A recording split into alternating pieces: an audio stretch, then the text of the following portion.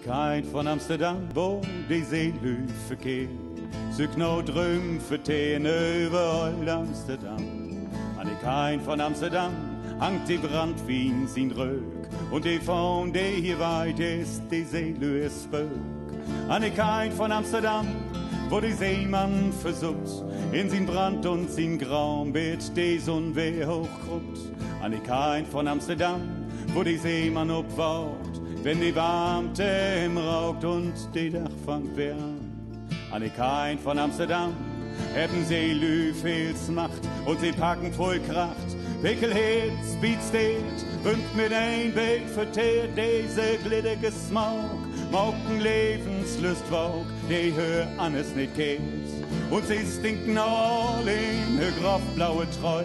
Und her Hals kommt ein Boy, Zippelrück von Eldal. Sie staut up na dat Maul, trecken Büchs hoch und dann gaut sie hin, staut her Mann so as männige Maul.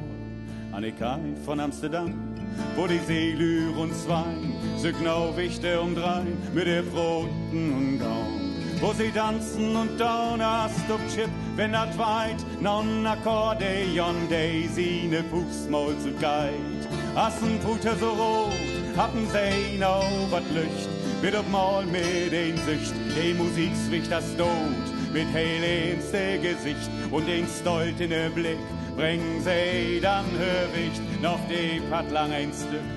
Annigkeit von Amsterdam, suchen sie Lüsig du, suchen Hug, Lust und Lohn, suchen für Glück und Freude, öven wo wat geit, öven Puff, ene was, grummelig mir an Moors, mit in all Ewigkeit. Und sie trinken ein Fatt, ob die Daumen dat Geld, all die Öffels ob die Welt, die nach Vögel sind Stadt. Und bünd sie dann voll, löbt Hötzlinge lief, als ich jank ein Dixtrolle wegfalls gewief.